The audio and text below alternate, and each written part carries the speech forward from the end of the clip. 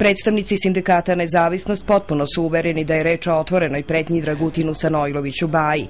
On sam takođe misli da se motivi za to nalaze u sindikalnoj aktivnosti. Dvojicu muškaraca koji su na radnom mestu tražili Stanojlovića videle su i njegove kolege iz kancelarije. Jutros oko 8:30 su došle dve osobe, pitale su koleginicu Snežanu i Maru koje rade na šalteru na Varoškom kao šalterski radnici, da li je Baja tu. Sneža je otvorila vrata kancelarije u kojoj smo sedeli Slavica Milošević, Dejan Čemerikić i ja, tu nam je radno mesto, radili smo, i rekla Snežo, Bajo, traže vas neki ljudi. Ja sam izašao mislivši da su u pitanju stranke i rekao, dobro jutro, izvolite. Kaže, ti si taj Baja? Ja kažem, da. Došli smo da vidimo kako izgledaš, da znamo koga treba da odradimo.